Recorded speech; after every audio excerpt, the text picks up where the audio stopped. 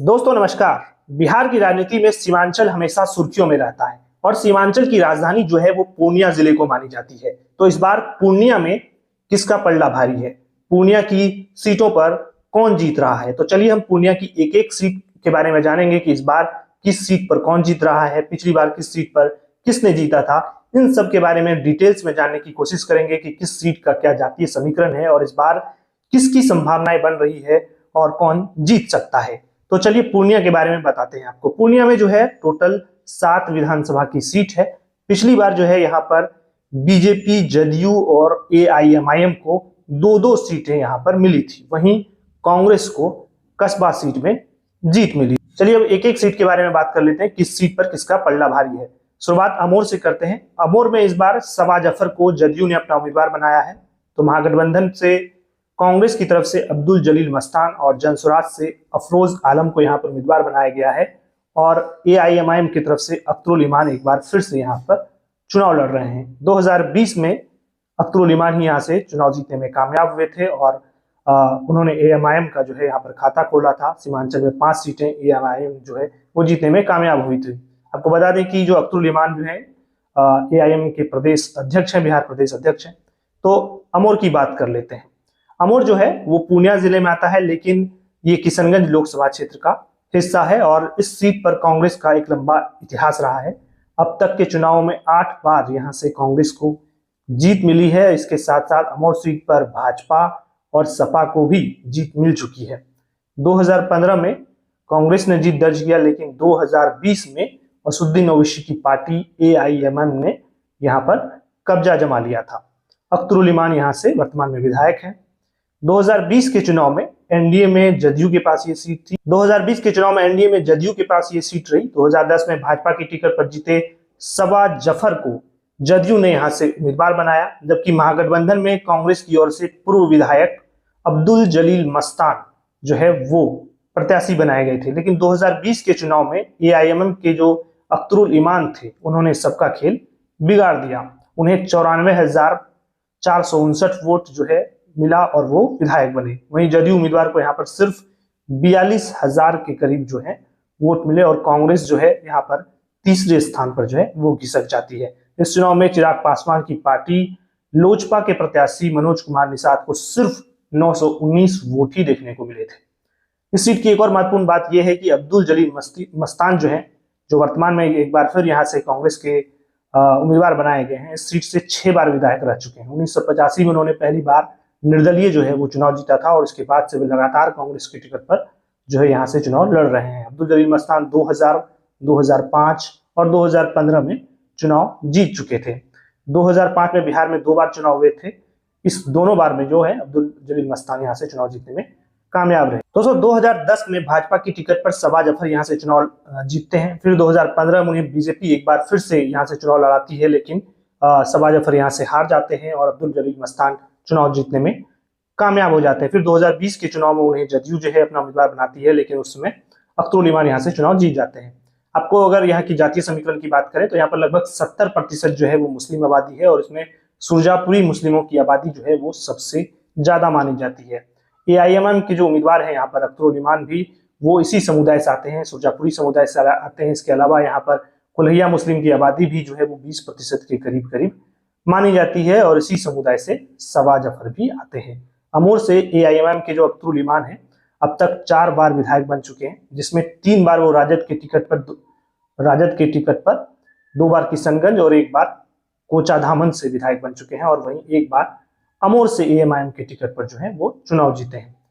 इस बार अगर अमोर की बात की जाए कि अमोर में कौन जीत सकता है, तब माना जा रहा है कि अमोर में एक बार फिर जो है एआईएमआईएम का पलड़ा भारी नजर आ रहा है और अख्तरुल इमान यहाँ पर चुनाव जीत सकते हैं। बात हम 22 विधानसभा क्षेत्र की कर लेते हैं कि 22 में इस बार कौन कौन उम्मीदवार है। बीजेपी की तरफ से यहाँ पर विनोद यादव उम्मीदवार हैं। तो महागठबंधन में कांग्रेस की तरफ से माफ कीजिएगा आरजेडी की तरफ से अब्दुल सुभान और वहीं जनसुराज की तरफ से मोहम्मद शहनवाज आलम और एएमआईएम की तरफ से गुलाम सरवर यहाँ पर उम्मीदवार बने हैं। पिछली बार ये सीट जो है एआईएमएम जीती थी। इस बार यहाँ पर क्या हो सकता है, चलिए यहाँ के समीकरण को समझ लेते हैं। 22 भी जो है वो पूर्णिया जिले का हिस्सा है, लेकिन लोकसभा के चुनाव में ये किशनगंज क्षेत्र के अंतर्गत आता है। असुद्दीन ओवैसी की पार्टी ने जिन सीटों पर एनडीए और महागठबंधन को पिछली बार चौंकाया था उनमें एक सीट बायसी भी थी, जहां से एआईएमएम के उम्मीदवार सैयद रुकनुद्दीन अहमद जो है वो चुनाव जीतने में कामयाब हुए थे। हालांकि बाद में उन्होंने पार्टी से बगावत करके राजद का दामन थाम लिया था। 2020 में के चुनाव में सैयद रुकनुद्दीन अहमद ने भाजपा के प्रत्याशी विनोद कुमार को सीधी टक्कर में उन्होंने 16,373 वोटों से हराया था। एआईएमएम प्रत्याशी को इस चुनाव में 68,416 वोट मिले थे, जबकि भाजपा के खाते में 52,043 वोट पड़े थे। वहीं राजद प्रत्याशी को यहां पर 38,254 वोट लेकर तीसरे स्थान पर संतोष करना पड़ा था। आपको बता दें कि सैयद रुकनुद्दीन जो कि 2020 में यहाँ पर चुनाव जीते थे, वो 2005 में भी निर्दलीय उम्मीदवार के तौर पर यहाँ से जीत चुके हैं। 2010 में इस सीट पर भाजपा के संतोष कुशवाहा उम्मीदवार बने थे और जीत हासिल की थी। 2014 में जब संतोष कुशवाहा पूर्णिया से सांसद बने तो उन्होंने जो है इस्तीफा दे दिया और इस सीट पर उपचुनाव हुआ तो यहाँ पर राजद के टिकट पर फिर से अब्दुस सुभान जो है जीते। 2015 में के विधानसभा चुनाव में फिर से राजद ने उन्हें अपना उम्मीदवार बनाया और वो फिर चुनाव जीतने में कामयाब हुए। 2025 के विधानसभा चुनाव की बात करें तो सैयद रुकनुद्दीन को आरजेडी ने अपना उम्मीदवार नहीं बनाया। वो भले ही एआईएम से पाला बदल करके आरजेडी में आए, लेकिन उन्हें आरजेडी ने इस बार उम्मीदवार नहीं बनाया है। अब्दुस सुभान को ही जो है यहाँ पर आरजेडी ने मौका दिया है और बीजेपी ने एक बार फिर से विनोद यादव को यहाँ पर उम्मीदवार बनाया है। माना जा रहा है कि इस सीट पर एआईएमएम के जो उम्मीदवार हैं वो टक्कर में नहीं है। मुख्य मुकाबला जो है यहाँ पर विनोद यादव वर्सेस आरजेडी के अब्दुस सुभान के बीच ही है। अगर जातिगत समीकरण की बात करें तो बायसी जो है वो एक मुस्लिम बहुल ही क्षेत्र है, लेकिन यहाँ के जो हिंदू वोटर हैं वो बहुत निर्णायक साबित होते हैं। 64% मुस्लिम आबादी है, 4% के करीब करीब यहाँ पर यादव वोटर भी हैं। इसके अलावा अल्पसंख्यक वोटों का बंटवारा जो है वो चुनाव के समीकरण को यहाँ पर पूरी तरह से बदल सकता है। यहाँ भी सुरजापुरी, शेरशाहबादी और कोल्हैया जैसी मुस्लिम जातियों की अलग अलग वोटिंग पैटर्न जो है यहाँ पर मायने रखते हैं। यादव वोट बीजेपी के उम्मीदवार को मिलता है या फिर आरजेडी को मिलता है, ये एक बहुत ही महत्वपूर्ण फैक्टर इस चुनाव में बनने वाला है। फिलहाल इस सीट पर भी आरजेडी की दावेदारी जो है वो मजबूत माना जा रहा है। माना जा रहा है कि जो इस बार अल्पसंख्यक वोटर हैं वो चाहे किसी भी जाति से बिलोंग करते हो, चाहे सुरजापुरी हो, शेरशाहबादी हो या कुल्हैया मुस्लिम, वो सब जो है इस बार एकजुट होकर जो है उनकी जो अधिकांश वोट है वो इस बार के चुनाव में आरजेडी के उम्मीदवार की तरफ जा सकता है और इस बार आरजेडी यहाँ पर मजबूत नजर आ रही है। दोस्तों बात अब कस्बा विधानसभा क्षेत्र की करते हैं। कस्बा में एनडीए ने यहाँ पर नीतीश कुमार सिंह को अपना उम्मीदवार बनाया, जो कि चिराग पासवान की पार्टी की तरफ से यहाँ पर उम्मीदवार हैं। कांग्रेस ने मोहम्मद इरफान आलम को अपना उम्मीदवार बनाया है, तो जनसुराज ने यहाँ पर इत्तेफाक आलम उर्फ मुन्ना को उम्मीदवार बनाया है। वहीं एआईएमएम की बात करें तो शाहनवाज आलम को एआईएमएम ने अपना उम्मीदवार बनाया है। इसके अलावा यहाँ पर 2 निर्दलीय उम्मीदवार भी चुनावी मैदान में हैं और दोनों ही पूर्व विधायक रह चुके हैं। आफाक आलम जो कि वर्तमान में विधायक हैं इस समय, इसके अलावा प्रदीप कुमार दास निर्दलीय उम्मीदवार के तौर पर यहाँ पर चुनाव लड़ रहे हैं और कस्बा में इस बार जो है भानु यादव भी आम आदमी पार्टी की तरफ से चुनाव लड़ रहे हैं। तो इस सीट का क्या समीकरण है ये भी आपको समझा देते हैं। कस्बा जो है वो पूर्णिया जिले के अंतर्गत आता है और पूर्णिया ही लोकसभा क्षेत्र का हिस्सा है। अब तक के चुनाव में यहाँ पर कांग्रेस और भाजपा के प्रत्याशियों को जीत मिलती रही है। समाजवादी पार्टी और जनता दल के उम्मीदवार भी यहाँ पर एक एक बार चुनाव जीतने में कामयाब हुए हैं। पिछले 3 विधानसभा चुनाव में यहाँ पर कांग्रेस ने ही जीत दर्ज की है। मोहम्मद आफाक आलम जो है वो वर्तमान में विधायक है और पिछले 3 बार से लगातार यहाँ से चुनाव जीतते रहे हैं। 2020 के विधानसभा चुनाव में कस्बा से कांग्रेस के आफाक आलम महागठबंधन के प्रत्याशी बने थे और एनडीए में जो ये सीट है वो जीतन राम मांझी की पार्टी हमको मिली थी और हमने यहाँ से राजेंद्र यादव को अपना उम्मीदवार बनाया था। तो वही चिराग पासवान की पार्टी लोजपा ने भी यहाँ से प्रत्याशी उतारे थे। सीधी टक्कर जो है यहाँ पर कांग्रेस और लोजपा में ही रही थी। कांग्रेस को 77,410 वोट तो लोजपा के प्रदीप कुमार दास को यहाँ पर 60,132 वोट मिले थे। वहीं हम पार्टी के प्रत्याशी को 23,716 वोट मिले थे। तो त्रिकोणीय मुकाबले में यहाँ पर कांग्रेस ने चुनाव जीत दिया था। इस बार जो जनसुराज के उम्मीदवार बने हैं इत्तेफाक आलम उर्फ मुन्ना, उन्हें भी पिछली बार के चुनाव में 8,000 वोट निर्दलीय उम्मीदवार के तौर पर मिला था। 2010 और 2015 के चुनाव में भी यहाँ पर कांग्रेस के टिकट पर मोहम्मद आफाक आलम ही चुनाव जीते थे। वहीं 2005 के चुनाव में यहाँ पर प्रदीप कुमार दास ने भाजपा का झंडा गाड़ा था और विधायक बने थे। प्रदीप कुमार दास की बात करें तो उन्होंने भाजपा को 1995 और 2000 के चुनाव में भी यहाँ पर जीत दिलाई थी। कस्बा का चुनाव जो है इस बार भी काफी रोचक हो चुका है, बहुत इंटरेस्टिंग हो चुका है, क्योंकि कांग्रेस ने लगातार 3 बार से चुनाव जीत रहे आफाक आलम का टिकट काटकर इरफान आलम को अपना उम्मीदवार बनाया है। तो वहीं एलजेपी-आर ने नीतीश कुमार सिंह को इस बार उम्मीदवार बनाया है। कांग्रेस के जो निवर्तमान विधायक हैं आफाक आलम, उन्होंने भी निर्दलीय टाल ठोक दिया है। तो वहीं एनडीए के जो बागी हैं प्रदीप कुमार दास, वो भी निर्दलीय चुनावी मैदान में उतर चुके हैं। तो वहीं आम आदमी पार्टी के भानु यादव भी यहाँ पर अपने अनोखे चुनाव प्रचार से लगातार सुर्खियों में बने हैं। माना जा रहा है कि इस सीट पर चतुष्कोणीय मुकाबला है। एनडीए के उम्मीदवार नीतीश सिंह पर निर्दलीय प्रदीप कुमार दास भारी पड़ रहे हैं। वहीं कांग्रेस के उम्मीदवार इरफान आलम के लिए जो वर्तमान विधायक हैं आफाक आलम चिंता का कारण बने हुए हैं। मीडिया में छपी रिपोर्ट के अनुसार अगर यहाँ के जातीय समीकरणों को देखें तो मुस्लिम आबादी लगभग यहाँ पर 40% के करीब करीब है। हिंदू मतदाताओं में कुशवाहा की आबादी जो है वो करीब 20% है। दलित यहाँ पर 13%, आदिवासी जो है वो 5% है, यादव 8 से 10% के करीब करीब माने जाते हैं। वहीं सवर्ण आबादी भी यहाँ पर करीब 2 से 5% के बीच में मानी जाती है। तो यहाँ के समीकरणों को देखते हुए और इस बार जो हालात बन रहे हैं उसमें इस सीट को जो हमने है कड़ी टक्कर वाली सीट की श्रेणी में रखा है। कोई भी उम्मीदवार जो है यहाँ पर चुनाव जीत सकते हैं, चाहे वो प्रदीप कुमार दास हो, इरफान आलम हो या फिर आफाक आलम हो या नीतीश सिंह। इन चारों उम्मीदवारों में से किसके तरफ मतदाता झुकते हैं ये देखने वाली बात होगी। अब चलिए हम बनमनखी विधानसभा क्षेत्र के बारे में बात करते हैं कि बनमनखी से किस पार्टी ने किसे उम्मीदवार बनाया है। कृष्ण कुमार ऋषि बीजेपी की तरफ से यहाँ पर चुनाव लड़ रहे हैं। वहीं देव नारायण रजक कांग्रेस की तरफ से चुनाव लड़ रहे हैं और मनोज कुमार ऋषि जो है वो जनसुराज की तरफ से चुनाव लड़ रहे हैं। पिछली बार ये सीट जो है बीजेपी ने जीती थी और इस बार यहाँ के क्या समीकरण है चलिए इसे भी देख लेते हैं। बनमनखी जो है वो पूर्णिया जिले का हिस्सा है और पूर्णिया लोकसभा क्षेत्र के अंतर्गत ही आता है।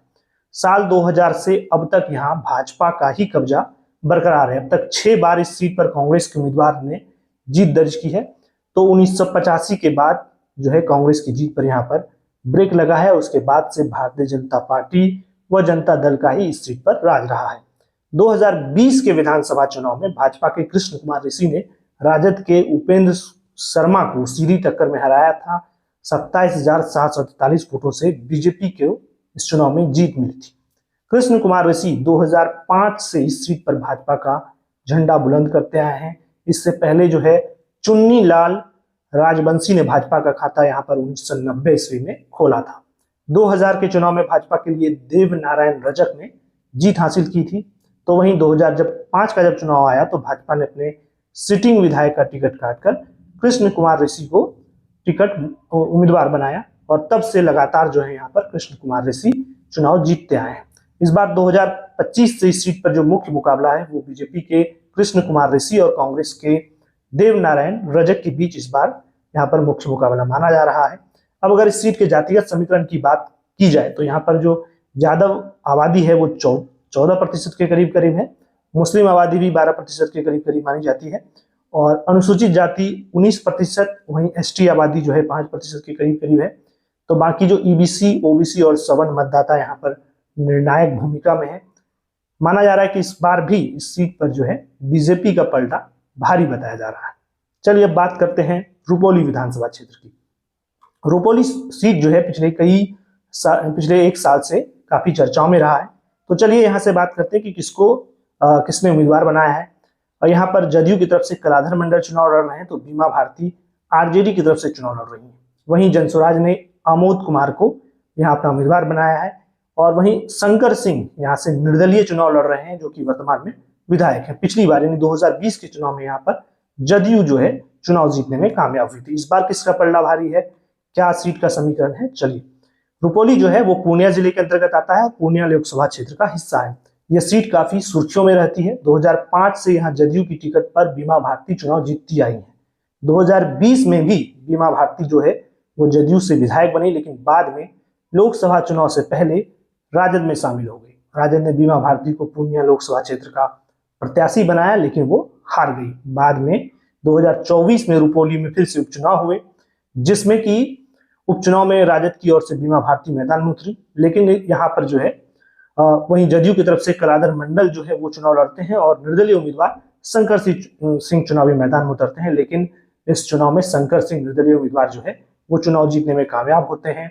जदयू के कलाधर मंडल जो है वो दूसरे स्थान पर रहते हैं और बीमा भारती जो है तीसरे स्थान पर खिसक जाती है। 2020 के विधानसभा चुनाव की बात करें तो तब जदयू में रही बीमा भारती ने जीत दर्ज की थी। उन्होंने लोजपा के शंकर सिंह को इस सीट पर हराया था। बीमा भारती को उस समय जो है 64,324 वोट मिले थे और लोजपा के शंकर सिंह को 44,994 वोट। तो कम्युनिस्ट पार्टी के उम्मीदवार विकास चंद्र मंडल को यहाँ पर 41,963 वोट मिले थे और बीमा भारती जो है 2020 में चुनाव जीतने में कामयाब हो गई थी।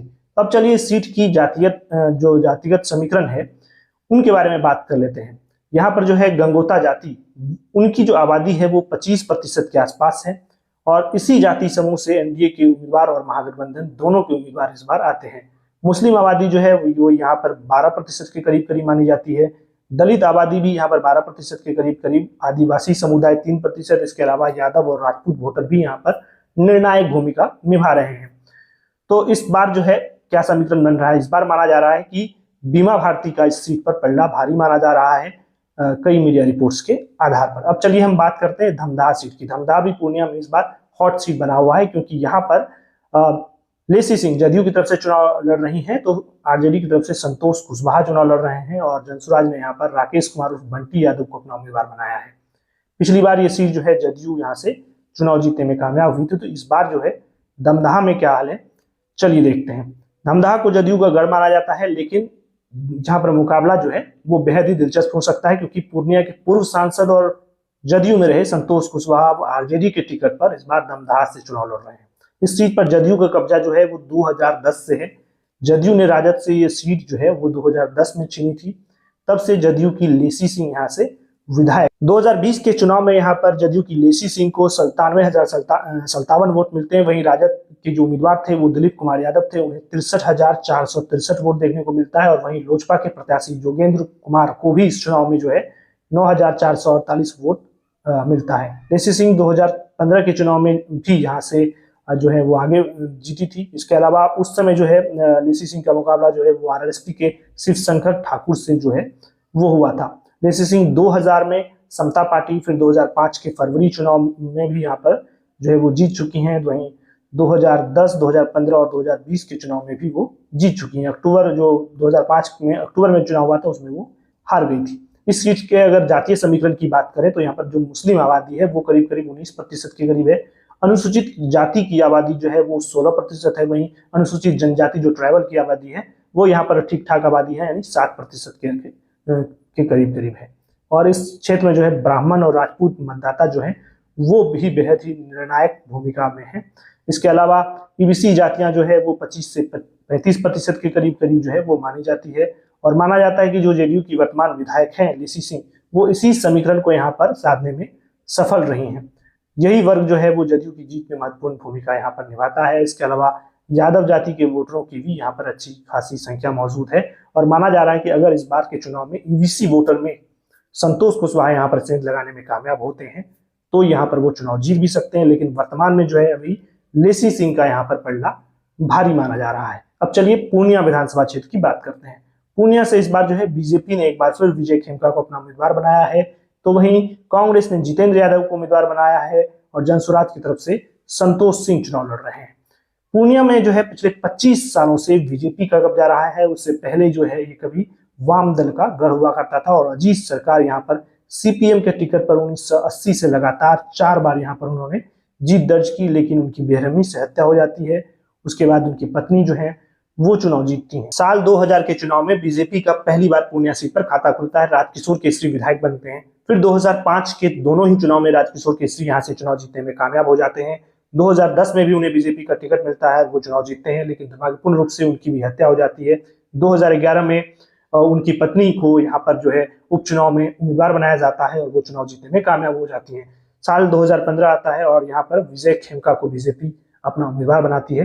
विजय खेमका यहाँ से 2015 में चुनाव जीतने में कामयाब हो जाते हैं। फिर 2020 के चुनाव में भी वो यहाँ पर कांग्रेस की प्रत्याशी इंदु सिन्हा को जो है वो हरा देते हैं। बीजेपी के प्रत्याशी विजय खेमका को 2020 के चुनाव में 97,757 वोट, तो वहीं इंदु सिन्हा को 65,603 वोट देखने को मिलता है। तो विजय खेमका जो है लगातार 2 बार से यहाँ पर जीत रहे हैं। अब चलिए इस सीट के जातीय समीकरण की बात कर लेते हैं। अगर इस सीट के जातीय समीकरण की बात करें तो मुस्लिम आबादी यहाँ पर करीब 25% के करीब मानी जाती है, दलित आबादी करीब 11% के करीब मानी जाती है, वैश्य वोटर भी यहाँ पर काफी निर्णायक हैं और बीजेपी इसी समुदाय से कैंडिडेट जो है वो अपना देती रही है। सवर्ण वोटर जो है यहाँ पर अच्छी खासी संख्या में मौजूद है। माना जा रहा है कि इस बार भी इस सीट पर बीजेपी का पल्ला भारी नजर आ रहा है। तो दोस्तों हमने आपको पूर्णिया की सभी सीटों के बारे में बता दिया। आपको क्या लगता है कि इस बार पूर्णिया की किस सीट पर कौन जीत सकता है? अपनी राय कमेंट बॉक्स में जरूर रखिए। वीडियो को लाइक कीजिए और हमारे चैनल को सब्सक्राइब कीजिए। आपका बहुत बहुत